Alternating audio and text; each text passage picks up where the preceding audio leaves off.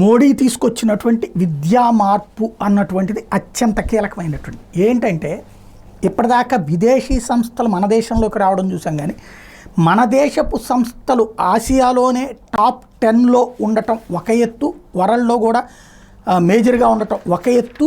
మన వాళ్ళు ఇప్పుడు వేరే చోట్లకి వెళ్ళి మరి ఇన్స్టిట్యూట్లు పెట్టేటటువంటి కాన్సెప్ట్కి రావడం అన్నటువంటిది మరొక ఎత్తు. ఇప్పుడు భారతదేశానికి సంబంధించినటువంటి విద్యా సంస్థలు దుబాయ్లో ఆల్రెడీ స్టార్ట్ అయిపోయినాయి, ఇప్పుడు అవి భారీగా కొనసాగబోతున్నాయి. ఇప్పుడు అమిత్ యూనివర్సిటీ 2013లో దుబాయ్లో ఈ క్యాంపస్ ఏర్పాటైంది. విదేశీ విద్యార్థులకు అండర్ గ్రాడ్యుయేట్, పోస్ట్ గ్రాడ్యుయేట్ కోర్సుల్ని అందజేస్తుంది. ఇది కాంగ్రెస్ టైంలో వచ్చినట్టుంది, మన్మోహన్ సింగ్ టైంలో. Manipal academy of higher education దుబాయ్లో 2000లో ఈ యూనివర్సిటీ ఏర్పాటు చేసింది. మెడిసిన్, ఇంజనీరింగ్ వంటి రంగాల్లో మణిపాల్ అకాడమీ అక్కడ కోర్సులు ఇస్తుంది. అక్కడ యూనివర్సిటీలో టాప్ 10లో కొనసాగుతుంది. SP Jain school of global management 2004లో దుబాయ్, సింగపూర్, సిడ్నీ దేశాల్లో యూనివర్సిటీలను ఏర్పాటు చేసింది. ఇవన్నీ ప్రైవేట్ సంస్థలు, మన దేశానికి సంబంధించిన ప్రైవేట్ సంస్థలు ఆ దేశంతో ర్యాపో మెయింటైన్ చేసుకుని అక్కడ చేసుకొచ్చినాయి. బట్ బిట్స్ పిలాని ఇది మనకి సంబంధించిన ప్రభుత్వ సంస్థ. దుబాయ్లో ఇది కూడా 2000 సంస్థలో ఏర్పాటైంది.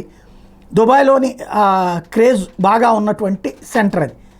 2010లో దుబాయ్లో సేవలను ప్రారంభించినటువంటి ఎస్ఆర్ఎం, అది ప్రైవేట్ యూనివర్సిటీ, అక్కడ పెట్టుకొచ్చారు.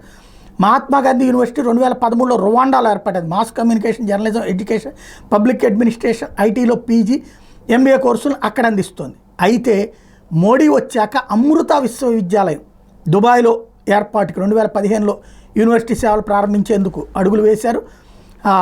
సింబయోసిస్ ఇంటర్నేషనల్ డీమ్డ్ యూనివర్సిటీనేమో 2008 నుంచి దుబాయ్లో క్యాంపస్ ఉంటే, JSS academy of higher education దుబాయ్లో 2002లో ఉండటం. ఇవి రెండు మళ్ళీ ప్రైవేట్ సంస్థలకైతే, విట్ యూనివర్సిటీ ప్రైవేట్ సంస్థ 2017లో దుబాయ్లో సేవలు అందిస్తుంటే, ఇప్పుడు విదేశాల్లో భారతీయ విద్యా సంస్థల క్యాంపస్ సమితి 2021లో యూనివర్సిటీ గ్రాంట్స్ కమిషన్ ఐఐటీలోని డైరెక్టర్లతో ప్రత్యేక కమిటీ ఏర్పాటు చేస్తే 1:10 నిష్పత్తిలో విద్యార్థులు తీసుకోవాలని నిర్ణయించారు. ప్రవేశాల కోసం ప్రత్యేక పరీక్షలు కూడా నిర్వహించాలన్నటువంటి ప్రతిపాదన చేశారు. ఇది లాస్ట్ ఇయర్కి ఏడాదికి చెందినటువంటి ప్రభుత్వ రంగ ఉన్నత విద్యా సంస్థలైన ఐఐటి, ఐఎం విదేశాల్లో తమ క్యాంపస్లు ఏర్పాటు చేయాలని నిర్ణయించడం. Dubai, Tanzania, Egypt, Africa, Thailand వంటి దేశాలు తమ క్యాంపస్లను ఏర్పాటు చేసేందుకు ఆయా సంస్థలు ఆలోచిస్తూ ఉంటే, ఐఐటి ఢిల్లీ దుబాయ్లో తన క్యాంపస్ని ఏర్పాటు చేయాలని రెడీ అయింది. విదేశాల్లో భారతీయ యూనివర్సిటీలకు సంబంధించి ప్రైవేట్ సంస్థలు, ఇందాక నేను చెప్పిన ప్రైవేట్ సంస్థలు అక్కడైతే ఇప్పుడు ప్రభుత్వ సంస్థలు అక్కడ ఏర్పాటు చేయడానికి రెడీ చేస్తున్నారు, వాళ్ళతో ఉన్నటువంటి ర్యాపో నేపథ్యంలో.